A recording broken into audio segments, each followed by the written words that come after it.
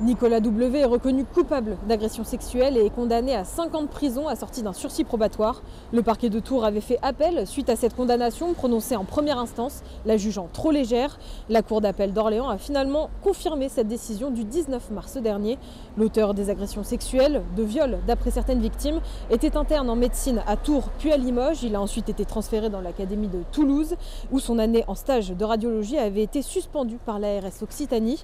Pour rappel, 5 ans de prison dont 3 ans ferme avaient été requis devant la cour d'appel d'Orléans lors du procès. L'étudiant échappe donc à la prison ferme. Le jugement rendu est bien plus léger que les réquisitions, ce qui laisse la porte ouverte à la poursuite de ses études. C'est d'ailleurs toute l'inquiétude des 2 victimes.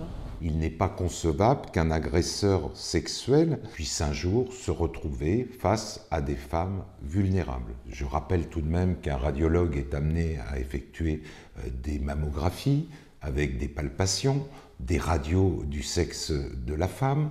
Je serais tenté de dire, si vous avez une blouse blanche, dessous, c'est toujours le même homme. Et la dangerosité est toujours la même.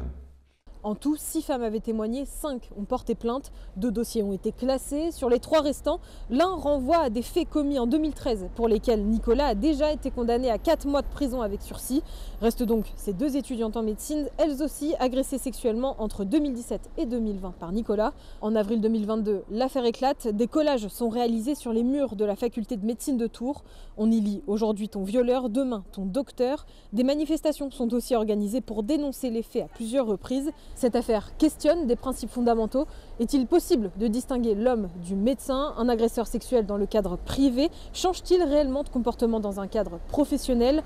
L'avenir de Nicolas dans la médecine est aujourd'hui entre les mains de l'université d'Aix-Marseille. Elle a initié une procédure disciplinaire pour trancher si oui ou non il pourra continuer ses études. À savoir que dans le futur, Nicolas pourra exercer la médecine car pour être inscrit à l'ordre des médecins, il faut disposer d'un casier judiciaire vierge, chose possible lorsque la condamnation est composée exclusivement d'un sursis.